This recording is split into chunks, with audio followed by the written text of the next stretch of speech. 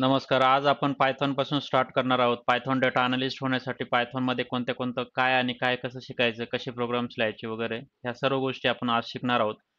Python आत्तापर्यंत आपल्याला जे काही डेटा अॅनालिस्ट म्हणून ज्या गोष्टी आपल्याला गरजेच्या आहेत किंवा डेटा अॅनालिस्टचे जे प्रोसेस आहेत किंवा जे आपण लाईफ सायकल स्टेजेस म्हणतो, की डेटा कलेक्शन किंवा डेटा कनेक्शन, त्यानंतर डेटा क्लीनिंग, ट्रान्सफॉर्मिंग, प्रोसेसिंग आणि त्यानंतर मॉडेलिंग आणि त्यानंतर व्हिज्युअलायझेशन्स अशा ज्या गोष्टी आपण आतापर्यंत पॉवर बीआय मध्ये बघितल्या त्याच गोष्टी आपण पायथॉनमध्ये कशा करू शकतो ते आपण शिकणार आहोत. ह्या पर्टिक्युलर 20 एक दिवस हा कोर्स चालेल पायथॉनचा, ज्याच्यात आपल्याला सर्व लायब्ररी शिकणं गरजेचं आहे आणि याच्यात आपण खूप इंटरेस्टिंग पायथॉन आहे.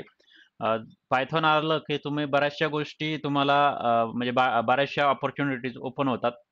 अपॉर्च्युनिटीज ओपन होतात म्हणजे पायथॉन अशी लँग्वेज आहे की जी बऱ्याचशा ठिकाणी यूज केली जाते आणि ह्या सर्व गोष्टी करताना आपल्याला एक गोष्ट लक्षात घ्यायची आहे की अ, आत्तापर्यंत तुम्हाला डेटा अॅनालिस्ट किंवा डेटा अॅनालिटिक्स ह्या कन्सेप्ट क्लिअर असल्या पाहिजे. म्हणजे आत्तापर्यंत तुम्ही काय-काय शिकले, की एस-क्यू-एल मध्ये काय केलं आपण, पॉवर बीआयमध्ये काय केलं. तर पॉवर बीआयचा जो complete end to end workflow आहे ना, तो जर तुमचा क्लिअर असेल आणि तो वर्क फ्लो किंवा त्या स्टेप्स ज्या होत्या, की डेटा प्रिपरेशन, डेटा मॉडेलिंग आणि डेटा व्हिज्युअलायझेशन अशा 3 ज्या स्टेप्स होत्या.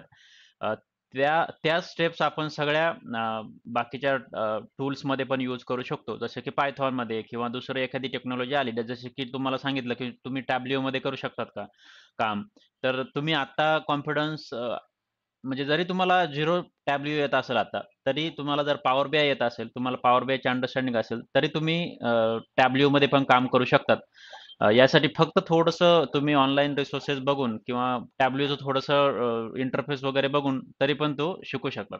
आता Tableau मी इथे घेत नाही कारण की पॉवर बीआय एकदा घेतलंय आणि पॉवर बीआय जर घेतलं तर तुम्ही Tableau शिकू शकतात. त्यासाठी मग Tableauच्या ऐवजी आपण हे Python आणि R प्रोग्रामिंग ह्या महत्त्वाच्या गोष्टी आहेत. ह्या 2 टूल आपण शिकणार आहोत आणि Python जर शिकलं तर तुम्हाला बऱ्याचशा गोष्टी क्लिअर होतील आणि एक सांगायचं की याची भीती बाळगण्याची गरज नाही की याच्यात कोडिंग वगैरे आहे.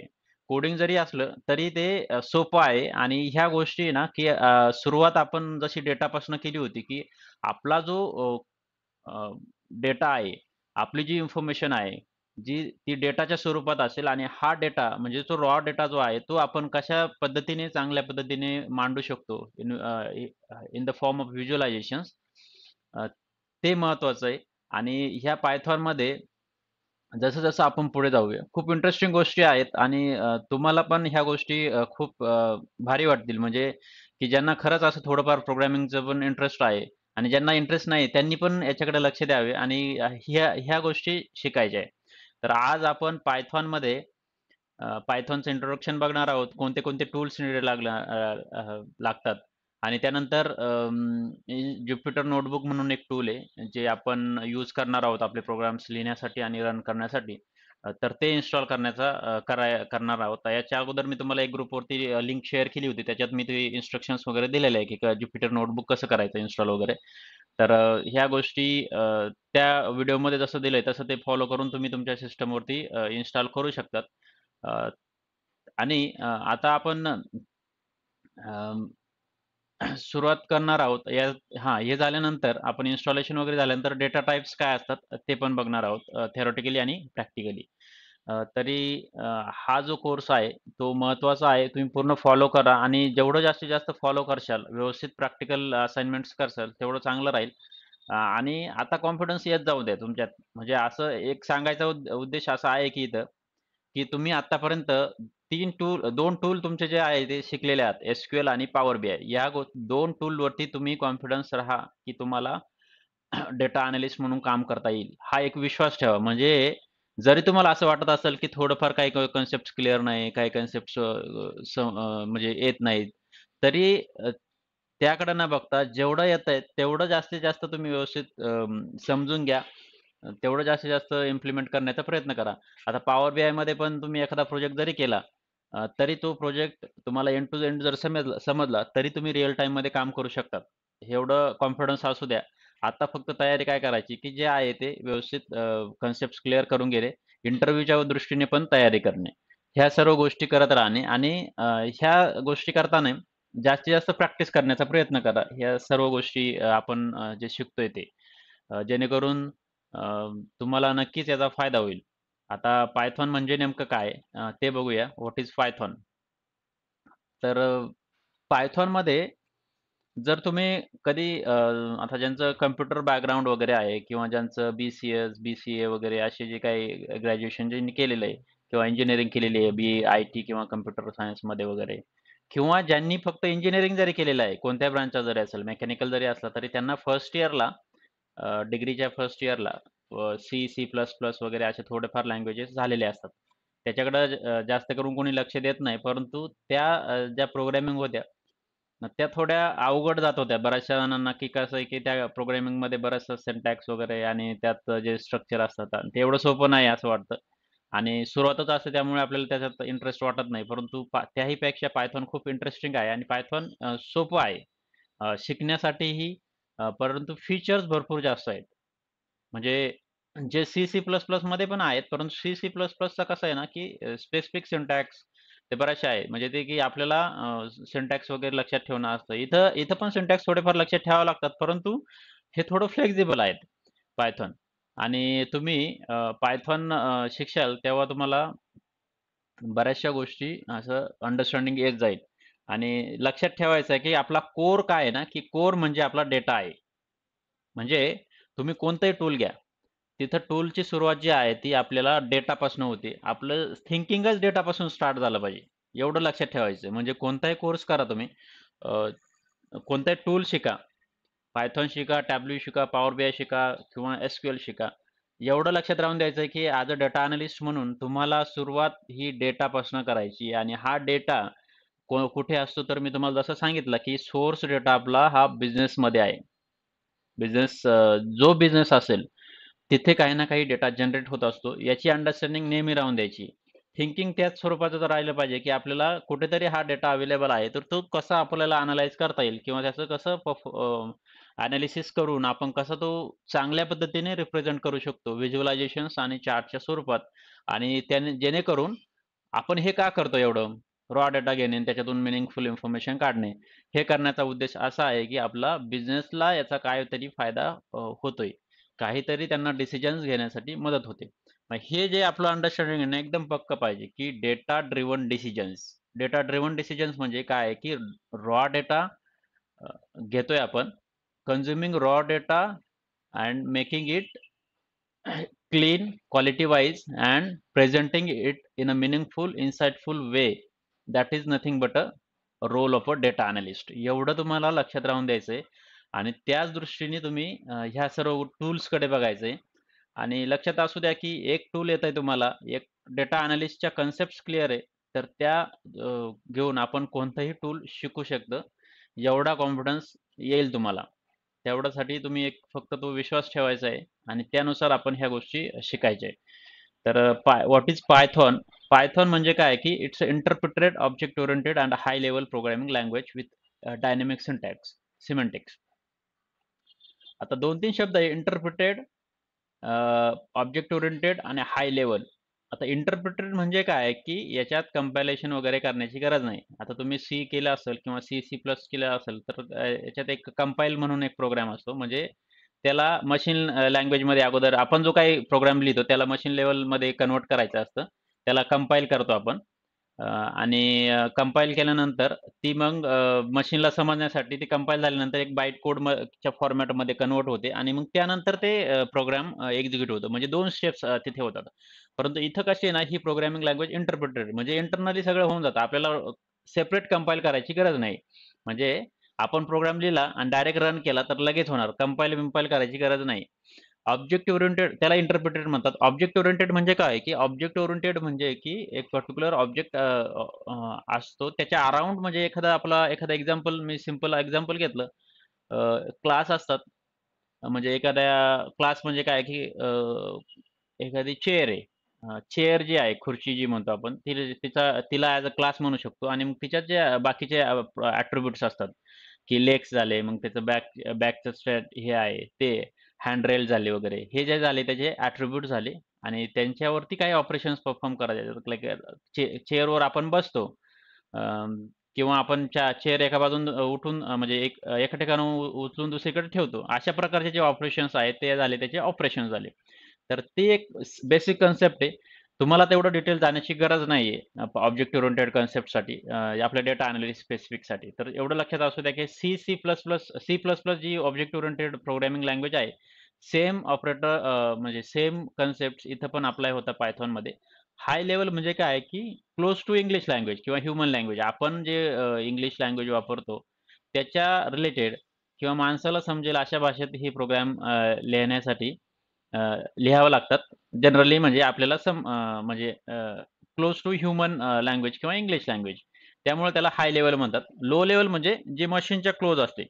लो लेव्हल म्हणजे बाईट कोडमध्ये वगैरे म्हणा. सी++, आहे ना, थोडीशी लो लेव्हल टाइपची लँग्वेज आहे, ज्याच्यात जास्त करून आपल्याला मशीन लेव्हलच्या मशीन च्या क्लोज जे लँग्वेज आहे ती लिहावी लागते. परंतु इथं जे आहे ना Python he interpreted object oriented high level programming language with dynamic semantics. Semantics म्हणजे काय की त्याचं मीनिंग जे असतं डायनॅमिक म्हणजे चेंज होणारं किंवा बदलतं जे आपण म्हणतो ते. आता त्याच्यात हाय लेव्हल हां, हां.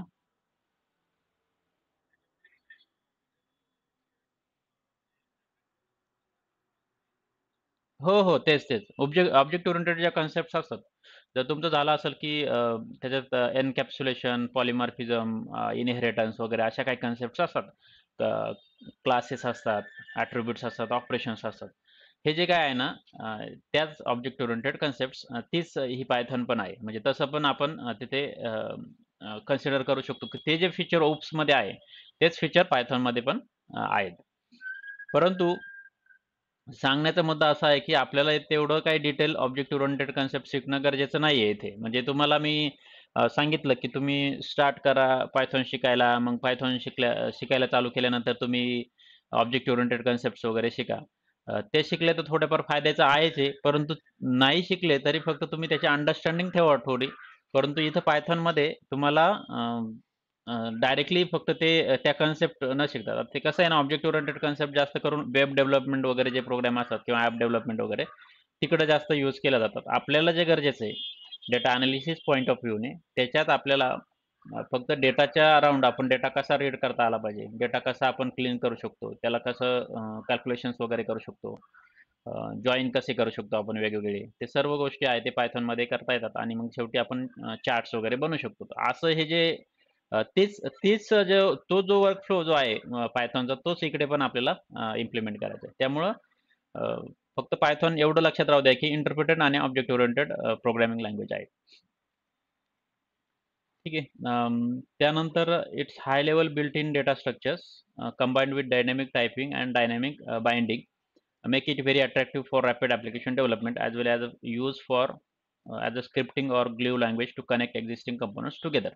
आता हे कसं काय आहे ना, की डायनॅमिक गोष्टी म्हणजे डायनॅमिक म्हणजे लक्षात घ्या, की स्टॅटिक नाही. म्हणजे आपण म्हणतो ना, की काहीतरी स्पेसिफिक फक्त आपण एक कॅल्क्युलेशन करायला गेलो, तर स्पेसिफिक आपण डेटा दिला तरच त्या तेवढ्यावरतीच कॅल्क्युलेट होणार आहे. इथं तसं नाही. डायनॅमिक म्हणजे काय आहे, की कोणतंही आपण ऑन द फ्लो किंवा ऑन द फ्लाय ह्या गोष्टी आपण करू शकतो. जिथं आपल्याला डेटा जो आहे तो आपण डायनॅमिकली प्रोव्हाईड करू शकतो आणि त्याच्यावरती डायनॅमिक कॅल्क्युलेशन वगैरे होणार. डायनॅमिक टायपिंग आणि डायनॅमिक बाइंडिंग याचे एक्झाम्पल्स आपण बघूया विथ एक्झाम्पल, की कसं आपण डायनॅमिक टायपिंग करू शकतो, डायनॅमिक बाइंडिंग वगैरे या गोष्टी.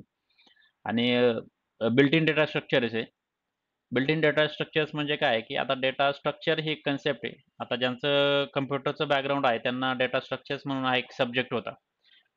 कॉलेजमध्ये एक डेटा स्ट्रक्चर्समध्ये. तर त्यात मग त्यांना सर्व गोष्टी असतात, की डेटा स्ट्रक्चर म्हणजे काय? मग त्यात ॲरेज आले, ट्रीज आल्या, मग नंतर लिस्ट आली, सेट्स आले. ह्या गोष्टी आहेत. ह्या गोष्टी आहे इथं बिल्ट इन अवेलेबल आहे. म्हणजे रेडीमेड अवेलेबल आहे. ते आपल्याला यूज करता आल्या पाहिजे. मग ते आपण पुढे बघणार आहोत, की कसं हे डेटा स्ट्रक्चर आहे. म्हणजे string data type, tuples, list, set वगैरे असे वेगवेगळे आहेत. ते आपण घेणार आहोत. ठीक आहे. इट्स अ पॉवरफुल का आपण Python शिकायला पाहिजे, की powerful, versatile and easy to learn and widely used various applications. आता वेगवेगळ्या ठिकाणी ही Python यूज केली जाते आणि आपण का शिकायची? तर पहिली गोष्ट आहे, की web web development. Web development म्हणजे जे काही वेबसाईट्स वगैरे आहे, जे काही एंटरप्राइज ॲप्लिकेशन्स आहे, जिथं वेबसाईट्सवरती बऱ्याचशा गोष्टी होतात, तिथं ही पायथॉन यूज केली जाते जास्त करून. डेटा सायन्समध्ये जे आपण रिसर्च टाइपचं जे वर्क करतात, तिथं बऱ्यापैकी डेटा सायन्समध्ये हे यूज केलं जातं पायथॉन. डेटा अनालिसिसमध्ये जे आपण आता डेटा अनालिस्ट म्हणून शिकणार आहे, तिथे पण आपल्याला पायथॉन यूज केली जाते. मशीन लर्निंग आणि आर्टिफिशियल इंटेलिजन्स ह्या 2-3 गोष्टी आहे. मशीन लर्निंग आणि आर्टिफिशियल इंटेलिजन्स आणि डेटा सायन्स ह्या गोष्टी मध्ये पायथॉन बऱ्यापैकी यूज केलं जातात. आता एआय टूल जे आले, ChatGPT वगैरे, अ, त्याच्यानंतर मायक्रोसॉफ्टचं जे आहे ते टूल, मायक्रोसॉफ्टचं बार्ड आहे, गुगलचं बार्ड आहे, मायक्रोसॉफ्टचं ते हे को-पायलट वाटतं. तर त्या गोष्टी ज्या आहेत त्या सर्व म्हणजे चॅट जीपीटी जे आहे ना ते पायथॉनमध्ये डेव्हलप केलेलं आहे. म्हणजे पायथॉनचं जे प्रोग्रामिंग लँग्वेज आहे ना ती इंटरनली यूज केली जाते. म्हणजे आपण जे पायथॉन यूज करतो, आपण जे चॅट जीपीटी यूज करतो, की त्या चॅट जीपीटीमध्ये त्याचं इंटरनल डेव्हलपमेंट जे आहे त्याचा वापर करण्यासाठी अ, म्हणजे पायथॉन ही प्रोग्रामिंग लँग्वेज वापरलेली आहे. आणि स्क्रिप्टिंग आणि टूलिंग असतात. काही स्क्रिप्ट्स आपल्याला कधी-कधी लिहाव्या लागतात. कधी ह्या स्क्रिप्टिंग म्हणजे नेटवर्किंग वगैरे जे ॲप्लिकेशन असतात त्यावेळेस लागू शकतात. मग त्यावेळेस पण पायथॉन यूज केले जातात.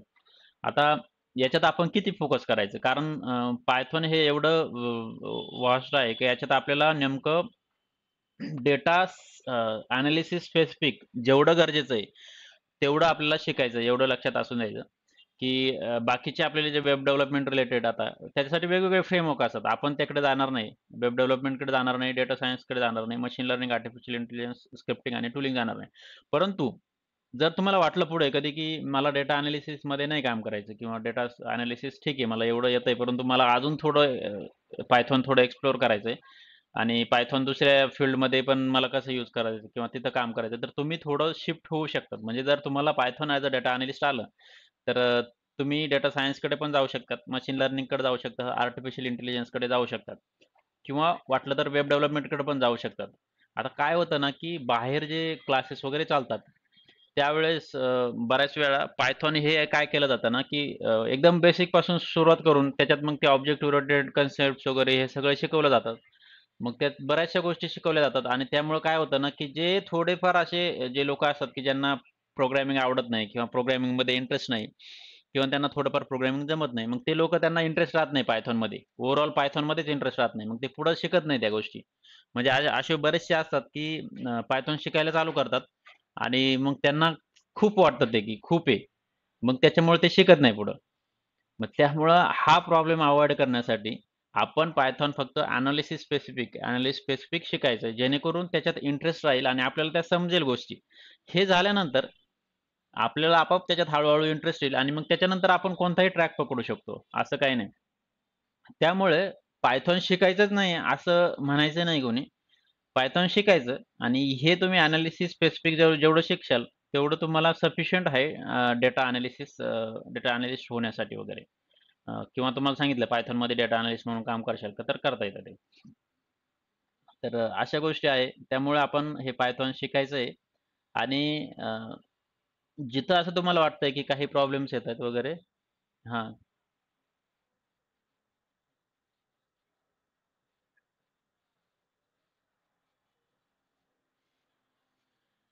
डेटामध्ये एवढ्या नसतात त्या ओप्स कन्सेप्ट घेण्याची गरज पडत नाही. जरी आपण घेतल्या तरी त्याच्यात आपल्याला कसं आहे ना, की लायब्ररीज फक्त कशा यूज करायच्या. कारण आपण काय करतो ना, की जी ओप्स कन्सेप्ट्स कधी जास्त यूज होतात माहिती आहे का? जेव्हा आपण फ्रंट एंडची डेव्हलपमेंट करतो फ्रंट एंड ॲप्लिकेशनची म्हणजे वेब डेव्हलपमेंट म्हणा किंवा एखादं सॉफ्टवेअर बनवायचं तर त्यावेळेस जे फ्रंट एंड ॲप्लिकेशन्स असतात ना, त्यावेळेस जास्त लागतात. आपण बॅक एंडला डेटाची रिलेट करतो किंवा कनेक्ट करतो. त्यामुळे आपल्याला तेवढं काही एवढं गरज पडत नाही.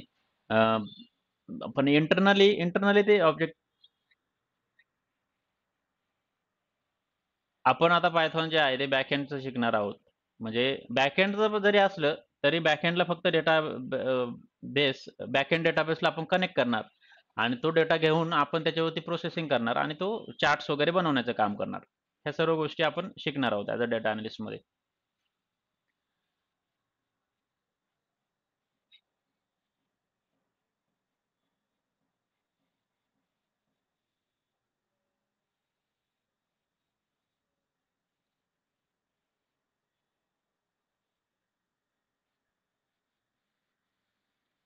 व्हिज्युअलायझेशन ॲक्युरसीचा नाही प्रश्न.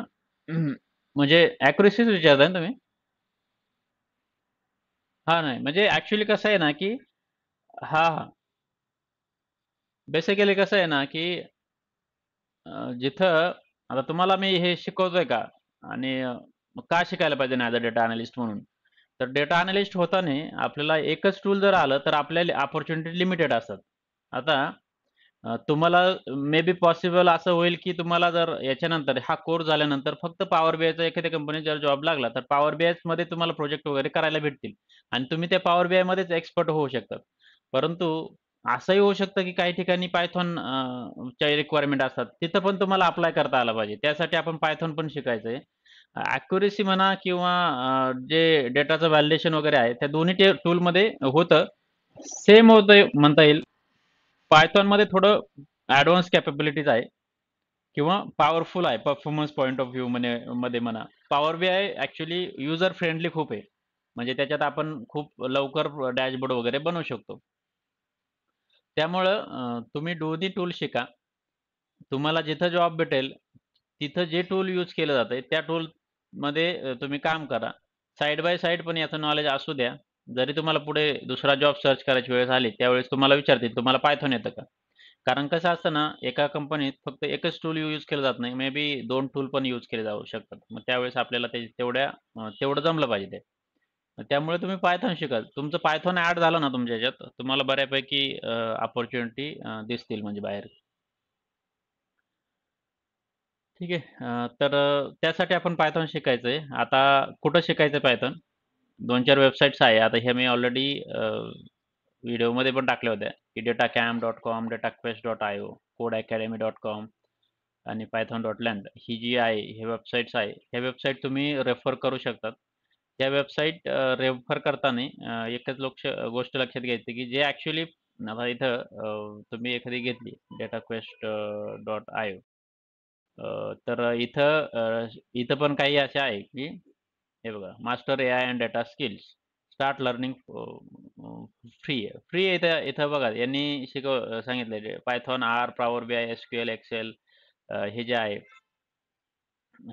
सील आणि टॅब्ल्यू आणि स्पार्क एवढं आहे आणि इथं तुम्ही डायरेक्टली काही गोष्टी आहे इथं टाइप करू शकतात आणि जसं का पायथॉनचा जर प्रोग्राम आहे, तो तुम्हाला करायचा आहे, तर तुम्ही डायरेक्टली इथं आता असं म्हटलं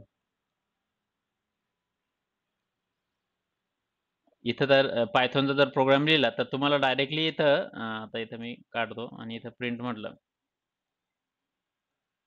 आणि याला मी रन केलं, तर हा इंटरनली कोड म्हणजे रन होतो आणि शेवटी आपल्याला जो आहे तो इथे याचं आउटपुट इथे डिस्प्ले होतं. इथं आपण हे प्रॅक्टिस अशा करू शकतो. चांगल्या वेबसाईट्स आहे म्हणजे तुम्ही ह्या वेबसाईट्स आहे ना तुम्ही इथून पण शिकू शकता बऱ्यापैकी गोष्टी. ही वेबसाईट आहे. त्यानंतर एक डेटा कॅम्प म्हणून आहे. तर डेटा कॅम्पमध्ये पण ह्या गोष्टी फ्रीच असतात जवळपास.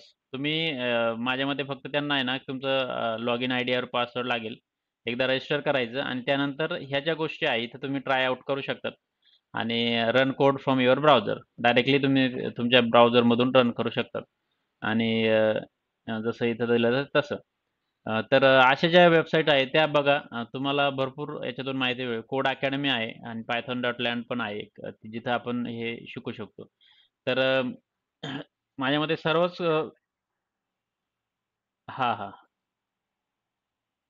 आणि हां, त्या चॅटमध्ये मी लिंक पेस्ट करतो त्या. इन्स्टॉल पायथॉन आणि जुपिटर नोटबुक जे आहे ते आपण आता बघूया. तर त्यासाठी तुम्हाला ह्या ज्या गोष्टी आहे अगोदर मी ह्या चॅटमध्ये टाकतो.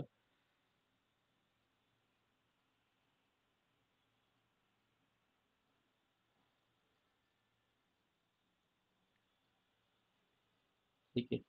आणि ही जी वेबसाईट आहे ती आपली पायथॉनची आहे. जी ऑफिशियल वेबसाईट आहे.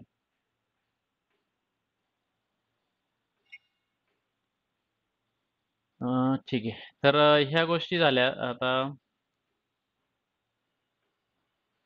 आता पायथॉन कसं इन्स्टॉल करायचं आणि आपण कसं प्रोग्राम वगैरे रन करू शकतो? तर तुम्हाला पायथॉन पहिले डाउनलोड करावं लागेल. त्यासाठी ही python.org ही लिंक आहे. आणि याच्यात गेल्यानंतर तुम्हाला हे डाउनलोडचं सेक्शन आहे इथं, तर डाउनलोड फॉर विंडोज 3.12.2 जर तुमच्याकडे दुसरी ऑपरेटिंग सिस्टम असेल मॅक ओएस वगैरे, तर तुम्ही इथून हे सिलेक्ट करू शकतात आणि त्यानुसार तुम्ही इन्स्टॉल करू शकतात. आता इथं हे पायथॉन 3.1.2 आता हे जर केलं तर हे इन्स्टॉल करायचं आहे तुम्हाला, तर ते करण्यासाठी तुम्ही हे डाउनलोड करू शकता. आता माझ्याकडे ऑलरेडी इन्स्टॉल आहे, परंतु ठीक आहे माझ्याकडे लेटेस्ट नसेल. लेटेस्ट व्हर्जन जी आहे ती मी इन्स्टॉल करण्याचा प्रयत्न करतो इथं. तर याच्यावरती क्लिक केल्यानंतर तुम्हाला हे जे आहे तर इन्स्टॉल नाऊ म्हणू शकतो किंवा कस्टमाइज हे म्हणू शकतो. आता याच्यात कस्टमाइज जर केलं तर डॉक्युमेंटेशन पी-आय-पी एक लागेल आपल्याला, जे रन करण्यासाठी आले प्रेफर्ड इन्स्टॉलेशन पॅकेजेस म्हणून एक आहे. पाय लॉन्चर वगैरे. इथं तुम्हाला पाहिजे असेल तर कस्टमाइज जर डॉक्युमेंटेशन वगैरे नसेल पाहिजे तर ते काढू शकतात. अदरवाईज डायरेक्टली सिलेक्ट करायचं आहे आणि इन्स्टॉल म्हणायचं आहे. आता माझ्याकडे ऑलरेडी इन्स्टॉल आहे. माझ्यामध्ये ते अपडेट होईल. तर तुम्ही पण जेव्हा तुम्ही ट्राय करशाल की तुम्हाला इन्स्टॉल करायचं आहे, तर तुम्ही ही जी एक्सएल फाईल आहे ती डाउनलोड करण्याचा प्रयत्न करा आणि त्यानंतर त्याच्यावरती क्लिक करून तुम्ही ती इन्स्टॉल करू शकता. आता हे एक झाल्यानंतर आता याला एक मध्ये 1-2 मिनिटं घेईल वाटतं किंवा एखादा मिनिटं वगैरे. हे झाल्यानंतर आता कमांड प्रॉम्प्टवरती जायचंय आणि कमांड प्रॉम्प्टवर वरती तुम्ही जर गेले, तर तिथं टाइप करायचंय. जर तुमचं सक्सेसफुली इन्स्टॉल झाली, तर तिथं टाइप करायचंय पायथॉन व्हर्जन.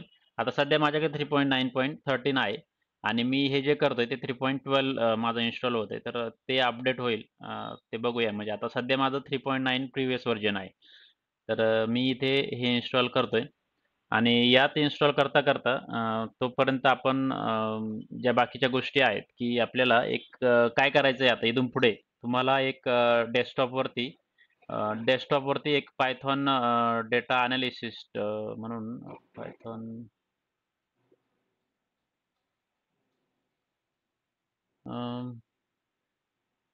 एक फोल्डर क्रिएट करायचंय तुम्हाला. त्याच्यात पायथॉन प्रोजेक्ट्स म्हणून एक फोल्डर क्रिएट करायचंय. ज्याच्यात आपण काय करणार आहोत इथून पुढे जे आहे की आपल्याला अं, जे प्रोग्राम्स आपण आहे ते इथं ह्या फोल्डरवरती स्टोअर होतील. मग तुम्ही तुमच्या डेस्कटॉपवरती करा किंवा तुमच्या सी ड्राईव्हमध्ये करा. कुठेतरी हे फोल्डर असं एक क्रिएट करा आणि तिथंच आपण सर्व गोष्टी करणार आहोत. म्हणजे आपले एक प्रोग्राम एकाच डिरेक्टरीमध्ये स्टोअर राहतील.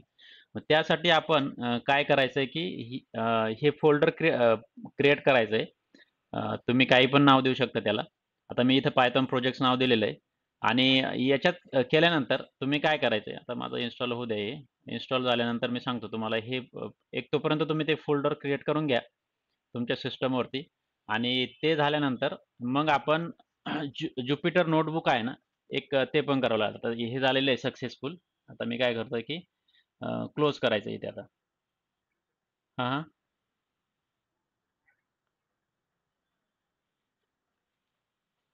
हां. नाही पायथॉन तुमच्याकडे असेल ना इन्स्टॉल का नाही?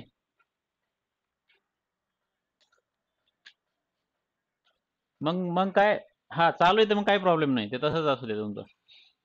तर नाही, नाही काही गरज नाही म्हणजे. केलं तरी चालेल, अपडेट केलं तरी चालेल. काही हरकत नाही. आता मी बघा माझं इन्स्टॉल झालेलं आहे. मी आता इथं चेक करतो फक्त पायथॉन माझी व्हर्जन काय-काय दाखवतंय. तर हे परत तेच दाखवतंय माझे अजून.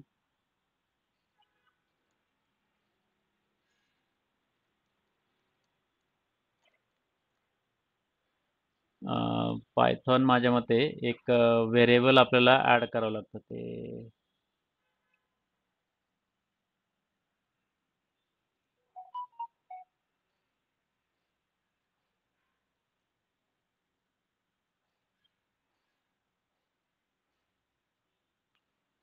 हां, ते करूया आपण. मी तुम्हाला दाखवतो माझं ते कसं सेटअप करायचं. त्या अगोदर मला हे फोल्डर सांगायचं आहे, की हे जे फोल्डर आहे ना, त्याच्यात तुम्ही जायचं आहे आणि इथे काय करायचं आहे, एक सी-एम-डी म्हणून टाइप करायचं आहे. आता इथं का करायचं आहे, की कारण काय होईल ना, इथून जर केलं तुम्ही, तर तुम्हाला डायरेक्टली तुमचं जी कमांड प्रॉम्प्ट आहे, ती ओपन होईल आणि तिथे आपलं जे फोल्डर आहे डेस्कटॉपचं, तिथे होईल किंवा जर तुम्ही हे नाही जर केलं आणि जर सी-एम-डीमध्ये गेले, तर तुम्हाला अशा पद्धतीने करावं लागेल. सी-एम-डी करायचंय आणि सी-एम-डीमध्ये गेल्यानंतर तुम्हाला सी-डी हे करायचंय, सी-डी असं करायचंय.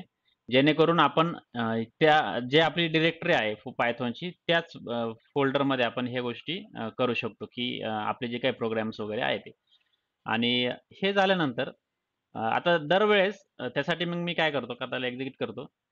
जेव्हा कधी असेल तुम्ही, की आपल्याला ह्याच याच्यात सेव्ह करायचं तर काय करायचं, इथं जायचं फक्त आणि सी-एम-डी टाइप करायचं. हे टाइप केल्यानंतर आपले कमांड प्रॉम्प्ट ओपन होईल आणि कमांड प्रॉम्प्टवरती फक्त आपण हे जे आहे फोल्डरचं पाथ हे आपण देऊ शकतो इथे. आणि इथं काय म्हणायचं आहे आपल्याला, की आता अ, एक इन्स्टॉल पी-आय-पी म्हणून एक ऑप्शन आहे. ते आपल्याला करायचं आहे. सॉरी, पी-आय-पी इन्स्टॉल म्हणून एक ऑप्शन आहे.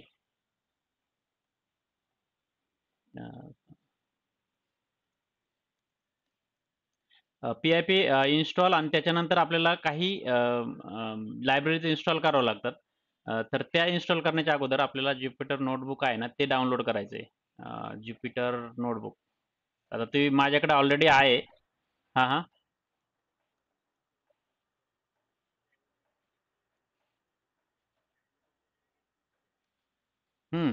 चालतंय ना. सर्व गोष्टी होऊन जातात, पण Anaconda कधी-कधी आहे ना, खूप कॉम्प्लिकेटेड गोष्टी आहे. त्याच्यात सर्व गोष्टी आहे, की सर्व गोष्टी आहेत तिथं Anacondaमध्ये. परंतु कधी-कधी काय होतं ना, की ते खूप कॉम्प्लिकेटेड वाटतात, की ज्या गोष्टी आपल्याला नाही पाहिजे त्या पण अवेलेबल असतात तिथं. तर इथे त्यासाठी मी काय आहे ना, आपल्याला सिंपल ज्या गोष्टी करायच्या आहे, की जिथं जास्तीत जास्त सिम्प्लिफाय पद्धतीने आपण प्रोग्राम लिहू शकतो. जास्त कॉम्प्लिकेटेड करायची गरज नाही. तर आयडी जे असतात ना, Jupyter नोटबुक वापरा किंवा Anaconda वापरा किंवा हे वापरा, व्हिज्युअल कोड. तर एक व्हिज्युअल व्ही-एस कोड पण आहे. ते पण करू शकता तुम्ही. त्याच्यात पण तुम्ही हे Pythonचे प्रोग्राम्स आहे ना, ते करू शकतात आणि याच्यात तुम्हाला हां, तुम्हाला तुम्हाला जे कम्फर्टेबल आहे. म्हणजे याच्यात असं नाही, की तुम्ही Jupyter नोटबुकच वापरा. तर व्हिज्युअल सोर्स कोड पण वापरू शकता आणि याला जर सेव्ह केलं py ने, हां, तर ती आपली जी फाईल आहे ती जी आहे, की हां, तर त्यासाठी आपण याला आपला जो फोल्डर आहे. हां, हां. हां, नाही म्हणजे आता ते माझ्या मते Anaconda मी जास्त वापरत नाही. परंतु ठीक आहे, Anaconda नेव्हिगेटर जे आहे ना, त्याच्यात माझ्या मते सर्व गोष्टी अवेलेबल आहेत ना. आता इथं बघा, Anaconda नेव्हिगेटर. स्पायडर हो चालेल. तुम्ही केले ना Pythonचे प्रोग्राम रन करण्याचा प्रयत्न केलाय का? तर आता इथे बघा, हे ज्या गोष्टी आहे, की इथं तुम्ही डाउनलोड करू शकतात आणि याच्यात मग सर्व ऑप्शन्स अवेलेबल आहे. आपल्याला जे पाहिजे ते. परंतु मला थोडं Anaconda थोडं कॉम्प्लिकेटेड वाटतं, कारण की त्याच्यात भरपूर गोष्टी दिलेल्या आहे आणि आपल्याला मग ते नेव्हिगेट आहे म्हणजे तसं हे नाही, परंतु त्याही पेक्षा Anaconda ज्यांना कम्फर्टेबल आहे त्यांनी Anacondaमध्ये हे प्रोग्राम करू शकतात. ज्यांना Jupyter नोटबुक कम्फर्टेबल आहे त्यांनी Jupyter नोटबुक हे करा, यूज करा. आणि त्यानंतर तुम्हाला जर वाटलं, की आपल्याला ह्या ज्या सर्व गोष्टी ज्या आहे, की फक्त Anacondaमध्ये करायच्या तर Anacondaमध्ये करा किंवा ते दुसरं जे टूल आहे, जे इथं आहे, हे जे मी आता सांगितलं इथे. तर टेस्ट डॉट आपलं मायक्रोसॉफ्ट व्हिज्युअल स्टुडिओ कोड इथे पण आहे, की हे आपण इथं हे प्रोग्राम्स करू शकतो. जे तुम्हाला कम्फर्टेबल वाटेल ते करा. अदरवाईज मी तर म्हणतो, की हे Jupyter नोटबुक जे आहे ना, याच्यात तुम्ही हे इन्स्टॉल करू शकतात. इथं कसं इन्स्टॉल करायचं वगैरे त्यासाठी इथं ऑप्शन दिलेलं आहे. डायरेक्टली आपण ब्राउझरमध्ये पण ओपन करू शकतो आणि इथं हे ज्या कमांड आहे, पी-आय-पी इन्स्टॉल Jupyter लॅब ही कमांड यूज करायची आहे. तुम्हाला हे जेव्हा आता तुम्ही इथं जाशाल आपल्या कमांड प्रॉम्प्टवरती, तिथं तुम्ही इथं म्हणू शकता, की पी-आय-पी इन्स्टॉल Jupyter लॅब. ह्या गोष्टी तुम्ही असं केलं तर तुम्हाला डायरेक्टली हे Jupyter लॅब ओपन होईल आणि एक Jupyter नोटबुक पण आहे. 2 गोष्टी आहे. Jupyter लॅब करा किंवा Jupyter नोटबुक करा. आता इथं आहे पी-आय-पी इन्स्टॉल नोटबुक हे पण करा. जेणेकरून तुम्हाला दोन्ही आता हे जे आहे ना, हे वेगवेगळे पॅकेजेस आहे. म्हणजे आता तुम्ही बघा इथे इथे एक वॉयला म्हणून आहे, होमब्रीव म्हणून आहे. Homebrew is a package manager for Mac OS and Linux. तर ह्या सर्व गोष्टी आहेत. तर याच्यात आता हे बघा, हे इन्स्टॉल होतंय. तर बरेचसे हां, हे इन्स्टॉल झालेलं आहे आता ज्युपिटर लॅब किंवा ज्युपिटर नोटबुक. आणि त्याला ज्युपिटर लॅबला ओपन जर करायचं असेल, तर ज्युपिटर स्पेस लॅब जर असं केलं, ज्युपिटर स्पेस लॅब, तर हे एक ब्राउझरमध्ये ओपन होईल आणि त्याच्यात आपल्याला जे काही प्रोग्राम्स वगैरे आहे अ, ते हां, इथे हे ओपन होईल.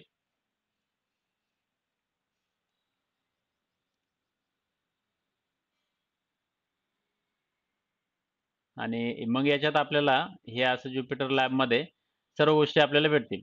आता याही पेक्षा ज्युपिटर हे जे आहे नोटबुक, आता हे ज्युपिटर नोटबुक आलेलं आहे इथे बघा. त्याच्यात आपण डायरेक्टली हे करू शकतो इथे. आता याहीपेक्षा थोडंसं सिम्प्लिफाय मॅनरने आपण जर केलं, फक्त आपल्याला ज्युपिटर नोटबुक यूज करायचं असेल, तर आपण काय करू शकतो, इथे जे आहे की आता याला मी क्लोज करतो. आता ज्युपिटर नोटबुक पण माझ्याकडे इन्स्टॉल आहे. तुम्हाला ज्युपिटर नोटबुक इन्स्टॉल करायचं असेल, तर pip इन्स्टॉल ज्युपिटर नोटबुक, माझ्या मते स्पेस नाही द्यावं लागत इथे. pip इन्स्टॉल नोटबुक नोटबुक म्हणावं लागतं फक्त इथे. हे करायचं आहे. हे केल्यानंतर तुमचं ज्युपिटर नोटबुक आहे. आता माझ्याकडे ऑलरेडी इन्स्टॉल आहे, परंतु ठीक आहे, ते परत एकदा अपडेट वगैरे होईल किंवा इन्स्टॉल वगैरे होईल जे काय आहे ते. तर हे झाल्यानंतर आता इथं माझ्याकडे इन्स्टॉल झालेलं आहे. तर मी याला काय करू शकतो, की ज्युपिटर लॉन्च करायचं जर असेल, ज्युपिटर नोटबुक असं टाइप करायचं आहे आणि हे केल्यानंतर आता आपल्याकडे अ, हे ब्राउझरमध्ये ओपन होईल ज्युपिटर नोटबुक. आणि जिथे आपल्याला आता हा जो आहे इंटरफेस अवेलेबल होतो आणि इथून आपल्याला काय करायचं आहे, की एक न्यू प्रोग्राम म्हणायचं आहे, न्यू पायथॉन 3 कर्नल. म्हणजे पायथॉन एवढं वास्ट आहे, की बऱ्याचशा गोष्टी आपल्याला एकतर ॲनाकोंडामध्ये अवेलेबल आहेत. ॲनाकोंडा पण बऱ्याच जणांना कम्फर्टेबल असेल, तर ते करू शकतात. परंतु बिगिनर लेव्हलला काही गोष्टी समजत नसेल, की कुठून सुरुवात करायची, तर ज्युपिटर नोटबुक मला थोडं सिंपल वाटतं. तर ते यूज करू शकतात आणि तिथे तुम्ही असे प्रोग्राम्स लिहू शकतात. तर आता हे प्रोग्राम्स कसे लिहायचे, तर हा इंटरफेस अवेलेबल आहे. ज्यांना थोडंफार पायथॉन अगोदर केलेलं आहे, त्यांना माहीत असेल हा इंटरफेस. परंतु ज्यांना काहीच माहीत नाही पायथॉन, तर त्या पायथॉन मध्ये काय-काय लिहायचं, कसं लिहायचं? तर एक सिंपल प्रोग्राम लिहू. आपल्याकडे एक 10 मिनिटं आहे. तर त्याच्यात मी तुम्हाला थोडंफार पायथॉनमध्ये कसं चालतं, तर मी आता म्हटलं, की माझ्याकडं असं एखादं काहीतरी टाइप केलं मी, तर हे असं लगेच रन होतं. आता हे रन झालं कसं? इथं मी लिहिलेलं आहे, परंतु याच्यात मी शिफ्ट आणि एंटर दाबलं, तर हे रन होतंय. किंवा मग मी म्हटलं, की इथं मी असं म्हटलं, की आता बघा मी काय लिहितोय तेवढं लक्षात घ्या. जर हा कोड दिला तर मला हे कोड सहित असंच आलेलं आहे आणि इथं मी म्हटलं की याला रन करायचं आता मला आहे. आता मी काय डबल कोड दिलेला आहे. इथं सिंगल कोड दिला होता. तर हा डबल कोड दिल्यानंतर मग मी काय म्हटलं रन केलं. तर त्याचा रिझल्ट असा इथं आलेला आहे. इथून हे एक रन करू शकतो, इथं एक रन करू शकतो. आता अजून एक दुसरा फरक बघा. याला आपण काय म्हणू शकतो, प्रिंट करू शकतो आणि इथं जर म्हटलं आपण हॅलो आणि याला मी जर रन केलं, तर असं येतंय. ठीक आहे. तर हा एक फरक आहे. म्हणजे ही एक नॉर्मल टेक्स्ट याच्यात जर कोटेशन दिलं तर ते कोटेशन सहितच ही जी व्हॅल्यू आहे ती येते. परंतु यालाच जर आपण ह्या प्रिंटमध्ये जसं टाइप केलं आणि ब्रॅकेटमध्ये, तर हे असं इथे डिस्प्ले होतंय. तर हे असं आहे आणि त्यानंतर आपण वाटलं की मला काही मॅथेमॅटिकल ऑपरेशन्स करायचे. तर 1 प्लस 1 प्लस 1 जर असं केलं, तर मी याला रन जर केलं तर त्याचं उत्तर असं येणार आहे. तर मी असं म्हटलं की मला एक व्हेरिएबल आहे रिझल्ट इक्वल टू 3 इंटू 4 आणि याला मी रन केलं. तर आता सध्या हा रिझल्ट जो आहे 3 गुणिले 4 याचा हा जो रिझल्ट आहे तो ह्या व्हेरिएबलमध्ये स्टोअर झाला. याला व्हेरिएबल म्हणतात आणि मग आपल्याला डिस्प्ले करायचं आहे. तर आपण असा रिझल्ट जो आहे तो असा रन करू शकतो. टाइप जर केलं तर त्याचा जो रिझल्ट आहे तो इथं याच्यात स्टोअर होऊन हा असं इथे डिस्प्ले होतोय. तर असे एक सिंपल ऑपरेशन्स आहे. आता याच्यात बरेचसे डेटा टाइप्स असतात. म्हणजे स्ट्रिंग असतात, नंबर्स असतात, लिस्ट असतात, सेट्स असतात, ट्युपल्स असतात. असे वेगवेगळे जे असतात ते आणि ते आपण बघणार आहोत. परंतु सिंपल सांगायचं तुम्हाला तर हे जे आहे स्ट्रिंग काही आपण एवढं सोपं आहे इथं प्रोग्राम लिहिणं वगैरे. आणि हा इंटरफेस माहीत करून घ्या. इथं जर क्लिक केलं तर एक सेल आपण इथं अशी ॲड करू शकतो इथे. कॉपी पेस्टचे जे ऑप्शन्स आहे इथे रनसाठी आहे, हे स्टॉपसाठी आहे. कर्नल म्हणजे ॲक्चुअली कर्नल म्हणजे इंटरनल जे इंजिन रन होत असतं, जे प्रोग्राम एक्झिक्यूट करण्यासाठी लागतं ते कर्नल. ते स्टॉप जर केलं तर हे प्रोग्राम रन होणार नाही. रिस्टार्ट द कर्नल हे जे ऑप्शन्स आहेत जनरली आपल्याला याच्याकडे कधी लक्ष द्यायची गरज नाही. फक्त आपण आता इथं प्रोग्राम लिहायचे आणि हे रन करायचं वगैरे. बाकीचे ऑप्शन्स आहे कर्नलच्या रिलेटेड इथं ऑप्शन्स आहे. विजेट्स म्हणजे की कसं सेव्ह करायचं वगैरे ते इथं दिलेलं आहे. Insert, cell above below, view, header, toolbar वगैरे हे जे आहे इथं दिसतायत ते. आणि एडिटमध्ये ऑप्शन्स आहे बरेचसे की cut cell, copy paste, merge वगैरे हे जे ऑप्शन्स आहेत ते. फाईलमध्ये जनरल जे आपले कॉपी करा, सेव्ह ॲज करा, सेव्ह करा, चेक पॉइंट वगैरे ॲड करा वगैरे हे. तर हे सिंपल असे आहेत. याच्यात आपण हे सिंगल लाईन प्रोग्राम लिहू शकतो किंवा मल्टिपल लाईन पण लिहू शकतो. म्हणजे जर वाटलं, की मला आता आता हे डिलीट करतो मी. डिलीट करण्यासाठी मी सपोज आता हे जे ऑप्शन आहे ते आपण सर्व यूज करतोय. आता मी असं म्हटलं, की हे पण काढून टाकलं आणि असं म्हणू शकतो print this is first line. ठीक आहे. आता हे असं लिहितोय मी फक्त. यालाच मी थोडंसं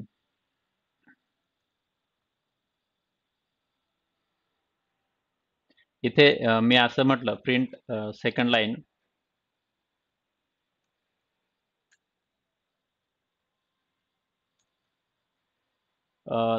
आता फक्त बघत राहा फक्त की आता काय होतंय.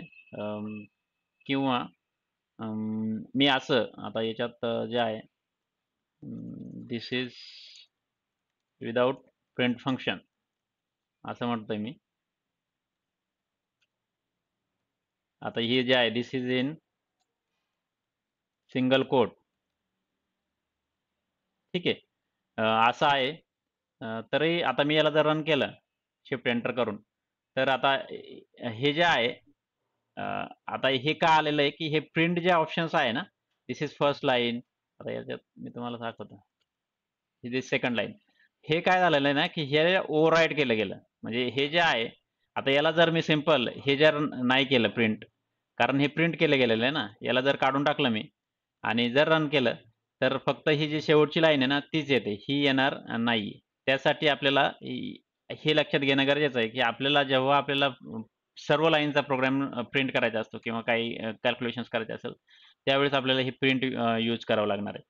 किंवा मग जर तसं नसेल करायचं तर आपल्याला इथं हे जे केलेलं आहे मग याला आपण म्हणू शकतो की एखादं व्हेरिएबल घेऊ शकतो. म्हणजे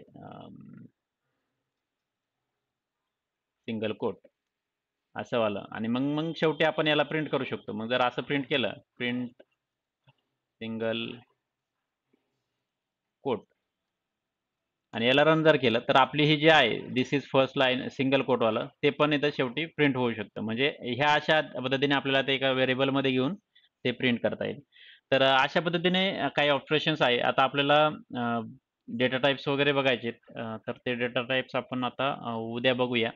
कारण आता वेळ नाही राहिला तेवढं घेण्यासाठी. परंतु आज आपलं काम